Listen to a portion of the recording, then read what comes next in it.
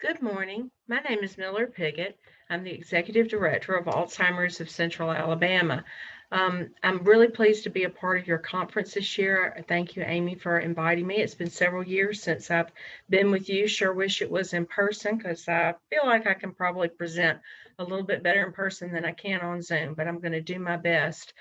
Um, Alzheimer's of Central Alabama is a local nonprofit organization. It's important that we understand that we're locals because that means that all of the money that we raise stays here in Alabama to help Alabama families. We serve the 21 counties across Central Alabama. Our primary goal is helping with the most basic needs that families have. Um, Hygiene, nutrition, and safety. We used to, or pre-COVID, provided scholarships for people to attend adult daycare centers.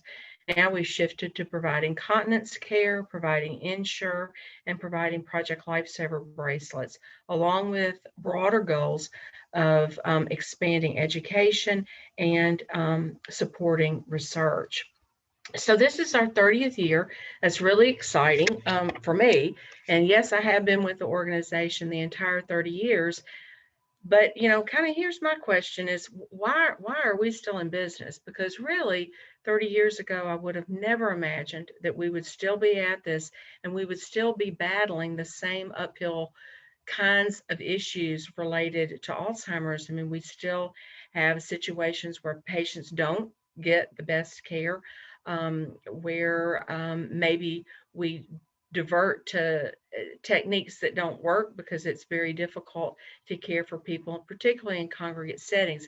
And I know you understand what I mean. And of course, it's been particularly challenging to be a part of the dementia care community during COVID. The reason I guess we're still in business is because the number of people with Alzheimer's continues to grow and is expected to triple over the next 30 years. In a recent article, The Economist said dementia is already a global emergency. If we hadn't had COVID in 2020, I think this would have been the year of Alzheimer's, where we would have heard more and more about how dire things are getting. There's no cure in the offing, and even now, more people live with it than can be looked after humanely. That again, according to The Economist. They say no society has devised a sustainable way to provide and pay for the care that people with it will need.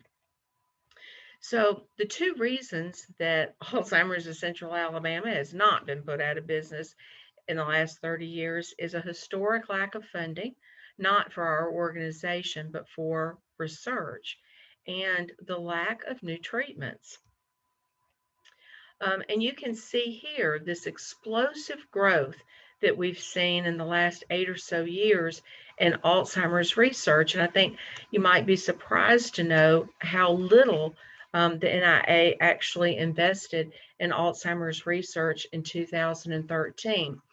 There is now a national plan that's been adopted that has the goal of eliminating Alzheimer's by 2025. I think that's really ambitious, but it at least is something that catches headlines and attention.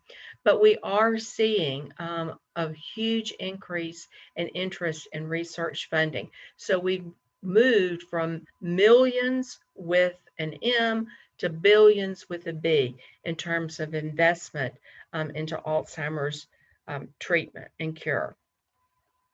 So in 2020, the NIA's investment was $2.8 billion. But, as much as that sounds like it is, that's still less than 1% of the annual cost of care. So, there's still a real disproportion when you think about the cost that Alzheimer's inflicts on the country as opposed to what we're investing to find better treatment and cure. Now, in terms of lack of new treatments, 99% of the Alzheimer's drugs fail to reach the market. And it's really probably actually higher than 99%, but we have had a real problem finding new treatments and for Alzheimer's disease. Of the 5 drugs that are currently approved by the FDA, the latest was approved in 2014. That wasn't a new drug, that was a combination of 2 drugs. The last new drug that was approved for the treatment of Alzheimer's was in 2004. So we are about 17 years out from a new treatment for Alzheimer's disease. And imagine if this was any other illness, for example, if this was cancer.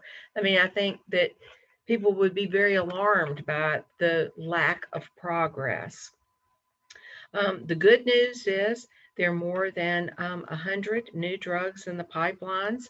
I put out an email every Friday that we provide all of the news about dementia that has been reported on in the previous week. And there's a lot of things that say, oh, this drug is getting to the second phase trials. And I don't even report that stuff anymore because there's so much going on, but actually there's very little progress. And so one of the 2 reasons, it just seems to be that Alzheimer's is a very complex issue. There's not going to be an easy answer or an easy medication, but also it's difficult to recruit people into research studies. I worked at UAB for 20 years alongside my work at ACA, and part of my job responsibility was recruiting new people into the research studies. And you know what? The number one reason why caregivers wouldn't participate in research, it was because the parking at UAB was so bad. And that was something that was very difficult for us to compensate for. And I understand that you need everything to be very convenient when you're trying to bring someone with dementia into the UAB campus. But that always struck me as kind of interesting. As much as we say we want a cure, people aren't really willing to do the legwork that it takes to make that easy. So has anything changed in the last 30 years? And actually, a lot has changed. And the main 2 things I think are our attitudes about dementia and now this message of prevention. And when I'm talking about attitudes, I'm talking about, for me, a shift that I have seen in recent years is it's now considered I have always referred to people with Alzheimer's disease as patients. Regardless of what stage they were in the disease, we call them patients. And we call the people that the family members that looked after them caregivers. There's a movement afoot not to use the word patient. Many people with Alzheimer's disease don't view themselves as patients.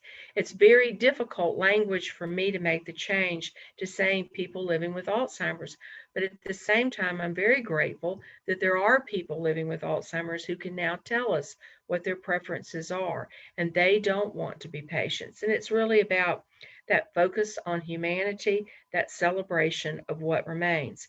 And as far as this message on prevention, again, 30 years ago, I would have never imagined that that was going to be where the majority of the focus, at least in popular literature, is related to dementia. It's all about prevention. It's all about changes in lifestyle. It's all about understanding that lifestyle trumps genetics when it comes to this disease. So there's emerging research that 40% of Alzheimer cases may be preventable. That is mind-boggling to me, absolutely mind-boggling. The prevention message challenges the notion that Alzheimer's and other related dementias are an inevitable part of aging. There are practical, applicable actions that we can take and teach in order to build Alzheimer's resistant brains. So, Sanjay Gupta has been all over CNN talking about coronavirus and COVID for the past year, but he's also released a book on brain health, which he's not had as much time to promote. But I did like this quote. He said, it's not only important to find a way to stay active in 2021, but to put more focus on the control center of the body, our brain. He goes on to say that everything is derived from that.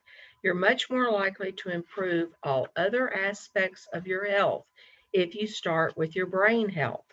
If for no other reason, you'll have better judgment.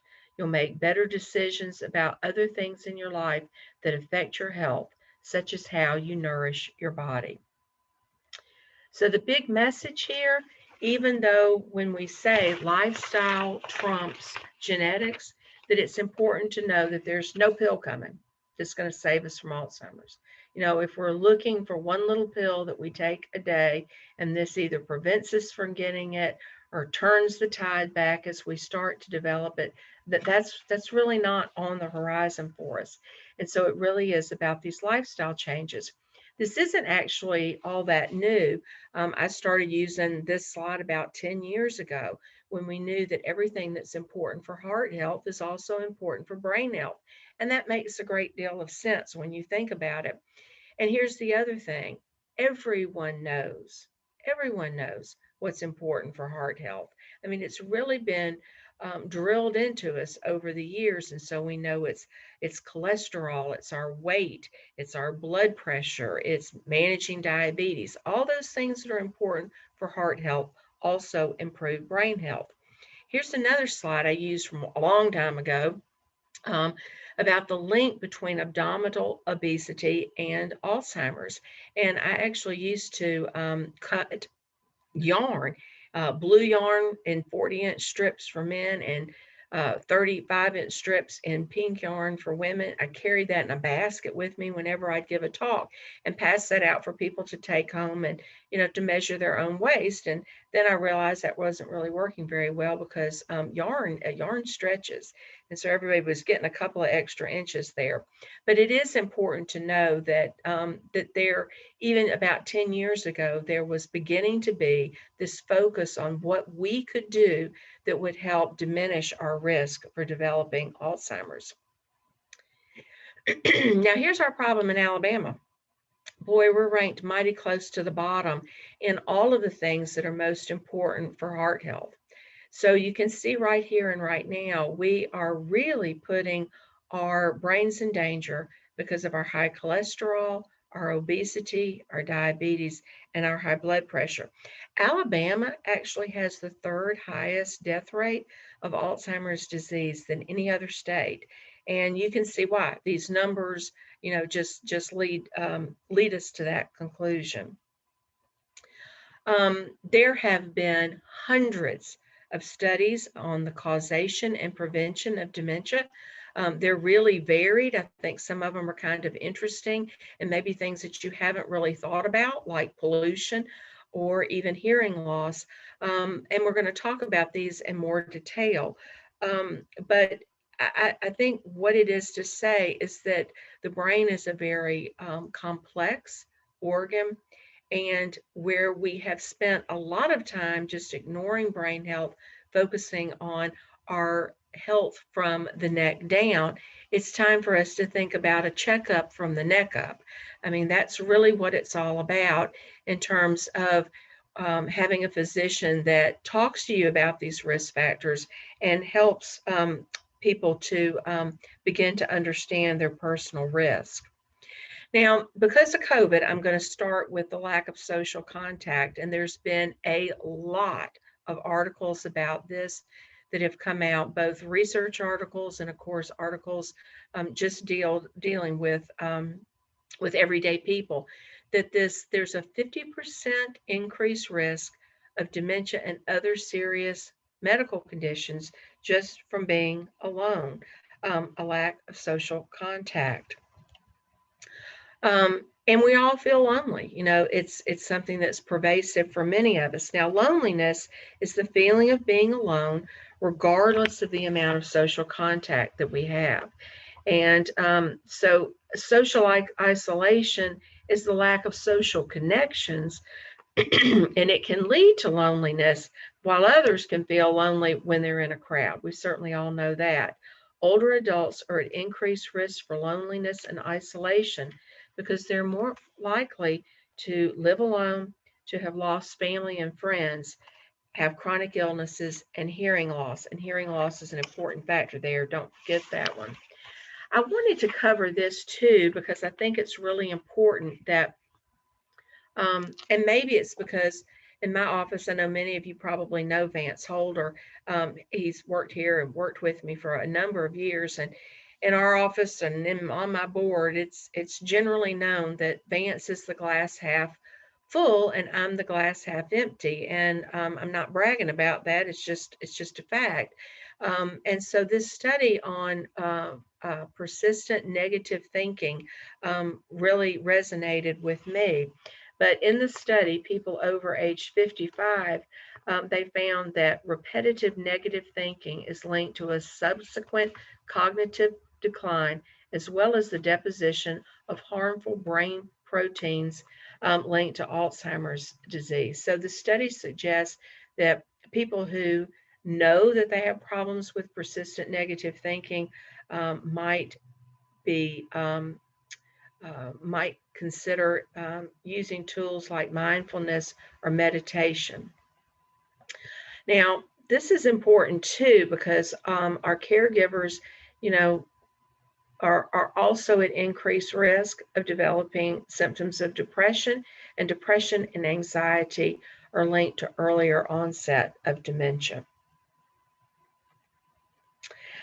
So in 2017, the Lancet Commission came out with a list of 9 factors that they identified that are factors that impact our brain health in significant ways, giving us a blueprint for things that we can do individually to help improve our risk of developing Alzheimer's.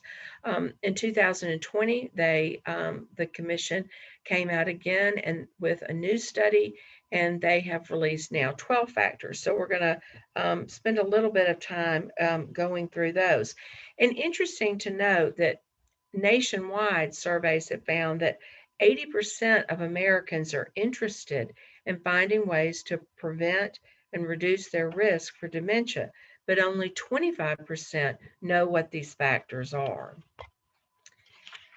And who knew that hearing loss was the major factor? And this to me is interesting. My grandmother, who is my paternal grandmother, who's the reason I do all of this, or was the original reason why I do all of this and established Alzheimer's, she also suffered from profound hearing loss. And it is so socially isolating.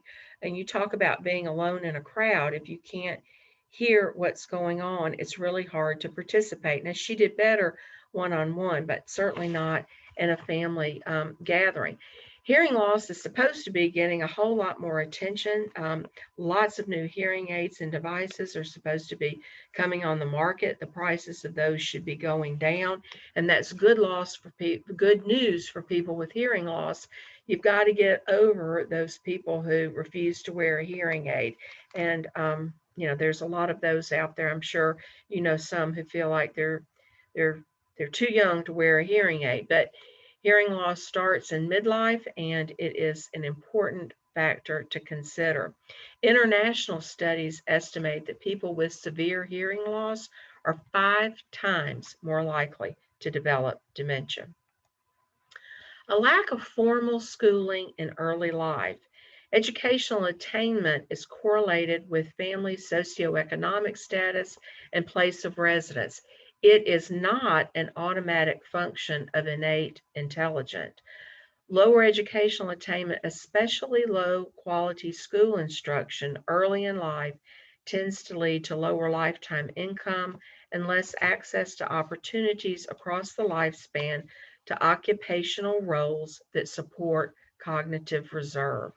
So it just really sets people back. And again, this is something that we ought to consider and be very aware of when we consider the number of kids that have been out of school for the past year, and how that's really going to impact them in the future, particularly kids who are already a little bit disadvantaged. Smoking, now this one's not, I don't think, surprising at all. According to the World Health Organization, 14% of Alzheimer cases worldwide are potentially attributed to smoking. There are toxins in cigarettes that damage the blood vessels, feeding the billions of neurons in the brain. Smoking leads to inflammation and oxidative stress, which also harms the blood vessels. So, it happens gradually, but then as you age, if you continue to smoke, that process really accelerates. Um, Air pollution has also been linked to dementia. There's been a lot of information about this coming out this year, and it's whether it's from car emissions, power plants, factories, or forest fires. People who live in polluted areas were 10% more likely to have amyloid plaques in their brain. I have a brother that lives in Colorado, and every summer we feel the anxiety that he lives through with the forest fires. And this year was particularly bad, and he sent lots of pictures with red skies, orange skies, completely filthy looking skies. But the most interesting thing that he said about the forest fires that encroach and come close to his home, but have never been right there on top of him, is that the amount of dead birds that are flying in the air and drop out of the sky due to air pollution. So imagine if the quality of air can do that to a bird, what that does to humans who breathe that smoke, and what that does to their brains. Now, avoiding depression later in life. We've already talked about depression a little bit when we talked about social isolation. So we know that depression is a real problem among the elderly and is a problem for our caregivers as well. Avoiding head trauma, studies have repeatedly shown that contact sports like hockey and football lead to repeated brain injuries that can cause significant head injuries. And we've all heard about, the huge settlement, $1 billion compensation for retired players of the NFL with serious medical conditions linked to repeated head traumas. But it's not just people who are have played in sports. It's anyone who's had a head trauma, and this also impacts our veterans. About 3 years ago, there was Iran attacked some U.S. bases in Iraq, and we all kind of watched this unfold a few days over the news. And at first, everyone was pleased and relieved that there were no serious injuries. And then a couple of days went by, and nope, there were 64 servicemen who had suffered from head injuries related to the blast.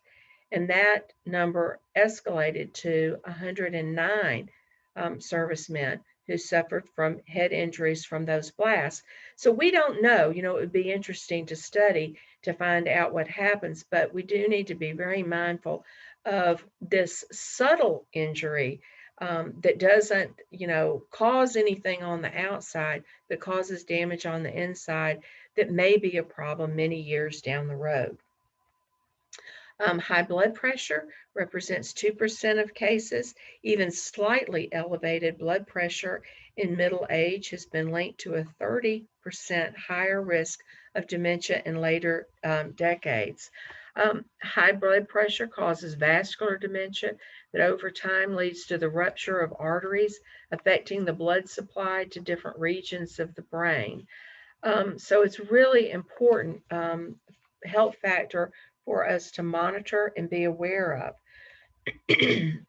Physical activity, and frankly, I am surprised that this one doesn't rank a little bit higher than 2% of cases. But here's an interesting fact. Now, couple this with how low we are in terms of blood pressure, diabetes, obesity in Alabama. We are also 30% of Alabamians are physically inactive.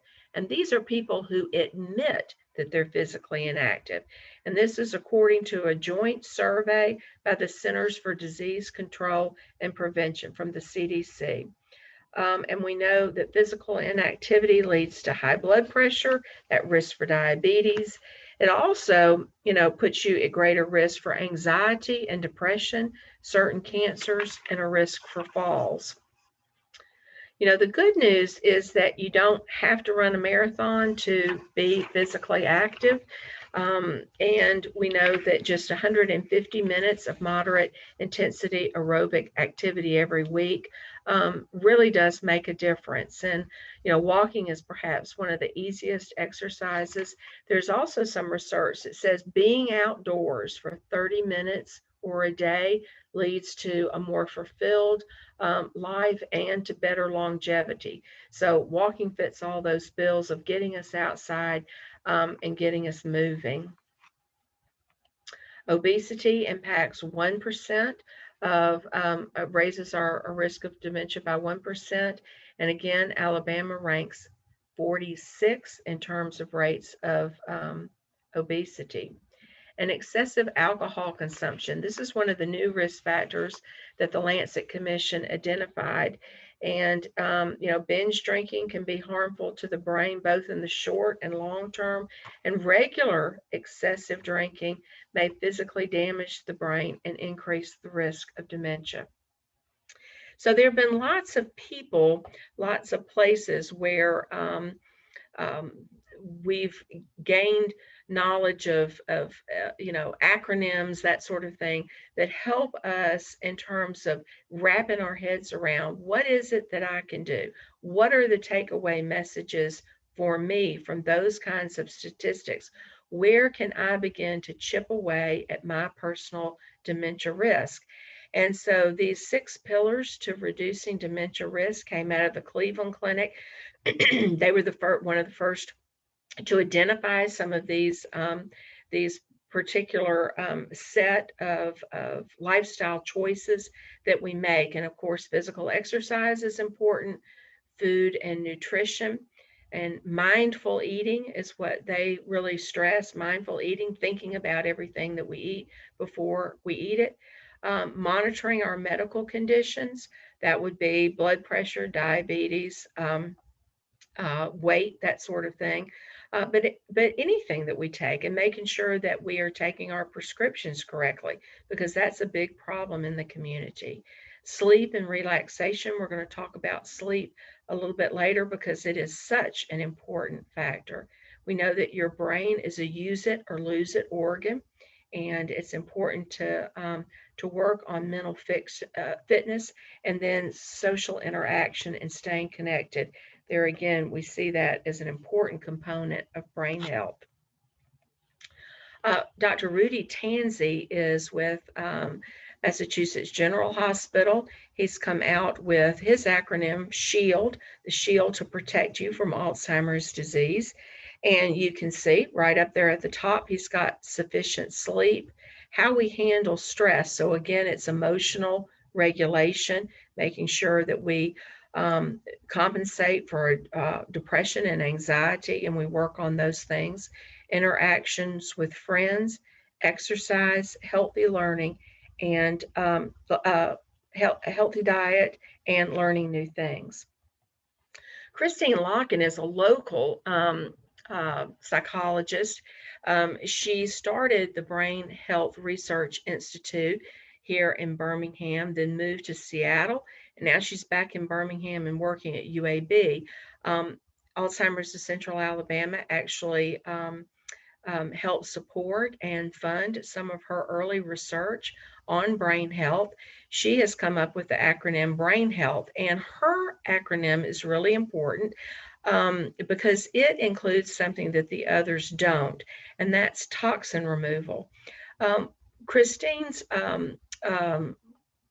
her life's work is about looking at any particular individual, looking a little bit beyond in terms of what your regular physician would look at when evaluating your risk for dementia, or evaluating whether or not you have Alzheimer's, and looking at lots of different things, and then helping an individual come up with a plan to reduce their risk in each of these particular categories. For example, I had someone in my support group whose husband had Alzheimer's. He had was pretty advanced by the time they went to see Dr. Locken, but they were really interested in what they could do.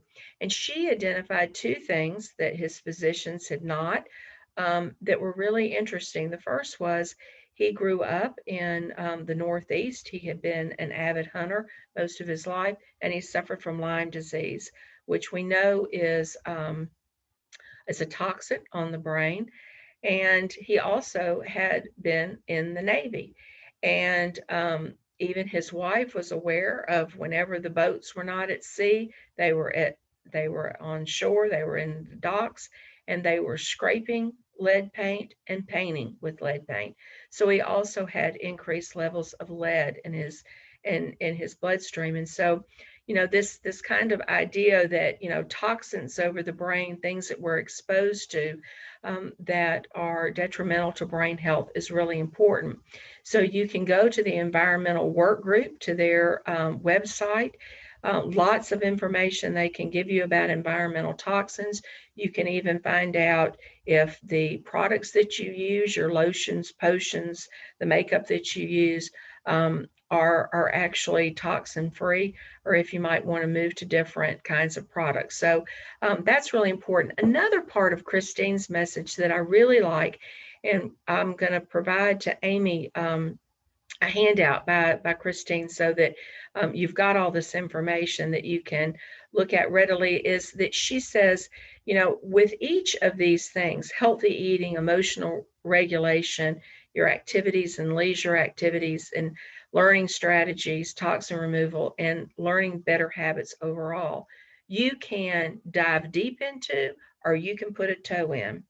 It doesn't matter, whichever works for you where you are now, start there, just begin to make small incremental changes and see if you don't enjoy some results. Both Dr. Tansey has, I meant to say this earlier, a great TED Talk that you can access on YouTube. Christine Locken has a TEDx talk that you can also access on YouTube, that you can hear from these two experts who can really summarize the best practices in terms of the lifestyle changes that we need to trump our genetics and improve our brain health. So sleep, let's focus on sleep. Two things I want to just spend a little bit more time talking about. The most important 8 hours of the day for your brain are the ones that you spend sleeping. Here is something really interesting.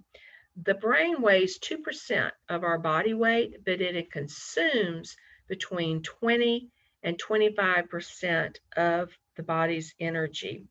And so you can imagine the amount of waste it produces. And this waste is removed during sleep. There's actual brain waves that are produced that help rinse away toxins from our brain. So sleep is really, really very important in reducing the junk that are the byproducts of living that get washed away during our sleep. So sleep is essential for all aspects of our health, and it helps consolidate and organize memories and thoughts from the previous day. So it's very important. Now, lots of us have problems with sleep, and I'm sure I'm talking to the choir out here. A third of older adults have obstructive sleep apnea. This was a problem with my grandmother, and I remember being with her, and there were lots of things that she could not remember, but she could sure remember how much she hated that CPAP machine, and she would beg us not to make her wear it. And at that point, I didn't feel like it was all that necessary, because it created so much anxiety for her, and I felt like anxiety was worse than snoring. But anyways, we know that beyond the problems of loud snoring and poor quality of sleep, researchers have found that obstructive sleep apnea leads to a higher burden of beta amyloid plaques in the hippocampus. And that's the part of your brain where your memories are stored. So sleep tips, I don't want to just belabor all these because maybe many of these are really familiar to you, but keeping a dream journal can be helpful.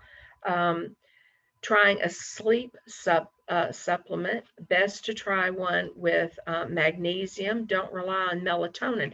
Melatonin is really good for right now while we're adjusting to changes in from due to the time change. But melatonin is like it helps us know that we need to go to sleep, but it doesn't help us stay asleep. And you need a supplement that helps you stay asleep. Limit drinking any kind of fluid before bed. That's important to do in helping you sleep through the night, but it is only something you should do if you've been drinking enough all day. Spend a minute, before bed or once you're lying in the bed with just some deep breathing. That's all it takes to begin to help you relax. Having that bedtime routine, a wind down routine, that's called sleep hygiene. We really need to think about that. Edit our pillow collection. They may look good on the bed, but they don't aid us in sleep.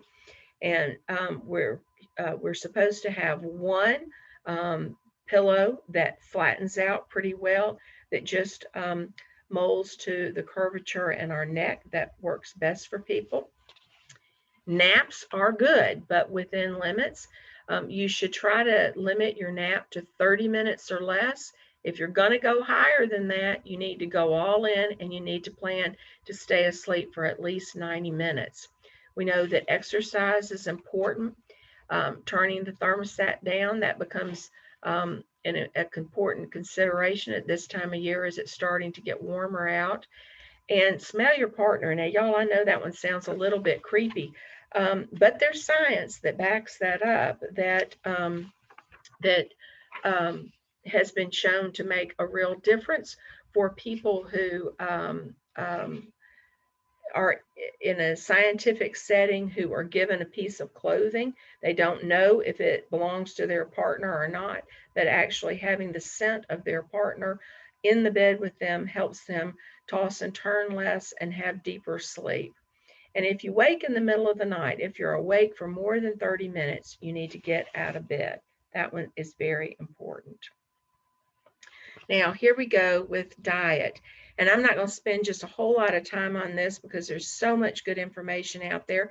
And we all know what's important and the most important factors in our diet. The main thing is most of us eat what is called the SAD diet, SAD. That's the standard American diet. That's the diet we need to be avoiding. That's the one that's full of mostly processed food. So again, our brain weighs 2% of our body weight, but consumes 20% of the fuel. So we need to give our brains good energy, and that is really important. Now, maintaining proper glucose metabolism is important. Smoking is to the lungs what fat is to the heart, what sugar is to the brain. When the brain has to process excess sugar, energy is taken away from other more necessary brain functions, which could play a role in the development of Alzheimer's. And remember, Alabama ranks 48 in terms of percentages of diabetes. So it is important, if this is a problem for you or a loved one, that you keep your weight in check, that you purchase a glucose monitor and test first thing in the morning, and really be aware of the impact of glucose on brain health. Important to note about brain supplements. Everyone, AARP on down, says there is no clear evidence that any brain supplement is effective. And this includes Prevagen, which has had lawsuits after lawsuits. It is a $40 billion industry. There are more than 4,000 brain supplements on the market, and there's no evidence that any of them work. So it's best not to put your money here and to put your money in things that really can improve your brain health, like maybe a gym membership. Um, a Mediterranean style diet is the diet that has gotten the most coverage in terms of being one that is important for us. Fish stands out as helping lower our risk for cognitive impairment and for cognitive decline, and is really important for us to consider. And, again, plant diets, keto diets, all of these things are good. What we're all trying to do is get people away from eating processed food. So if it comes in a package where you've got to read a lot of little ingredients, it's processed, and that may be something that you want to stay away from. And I think we're all really familiar with that. I do want to give just some highlights of some brain foods that we might consider. Berries are antioxidants. They reduce inflammation and preserve brain cells and help the cells communicate. Nuts. Now, this does not include peanuts. Peanuts are not actually even a nut. They're a legume. But nuts in general are rich in vitamin E. They protect the brain from oxidative stress. And walnuts seem to be the best. They help with memory, anxiety, and learning. Fatty fish, the brain is 60% fat. So we want to eat a fish that's high in omega-3s like salmon and mackerel. Eggs, they kind of come and go in terms of fashion and as to whether or not there's something we ought to eat or not. But the yolks are actually high in choline, which converts to the neurotransmitter acetylcholine. And again, that helps the cells in the brain communicate. Very important. Leafy greens, the darker the better, like spinach and kale, are important for folate. Pumpkin seeds provide zinc, which also helps the cells communicate in the brain. Coffee is linked to better concentration, improved mood, and energy. Green tea is even better because it reduces depression by 20%, improves calmness, memory, and attention. Oranges protect against stroke, and the vitamin C plays a role in mood and memory. Turmeric is a gold-colored spice that's often used in Indian food. It also helps fight Alzheimer's. And dark chocolate provides flavonols that are work towards anti-inflammatory processes and also can help reduce depression by 60%.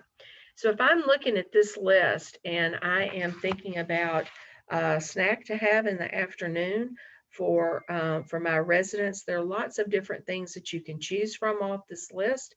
Having some green tea with dark chocolate, having some orange slices with our dark chocolate, all of these things are ways that you might organically improve the health of not only yourself, but the people who live in your facilities. And again, I want to conclude with, this very stark statistic. If we could delay the onset of Alzheimer's by 5 years, we could cut dementia in half. If we could cut dementia in half, we might have a better opportunity for providing the care that every individual with the disease deserves. Again, I'm with Alzheimer's of Central Alabama. I hope that y'all will look us up on the web. If you would like to receive the email that we put out every week that gives all this kind of information, because everything that I've reported here today is information that we have sent out on a weekly basis whenever articles or important news stories happen related to Alzheimer's disease. And as we say, until there's a cure, we live with hope. So thank you very much again for having me as a part of your program.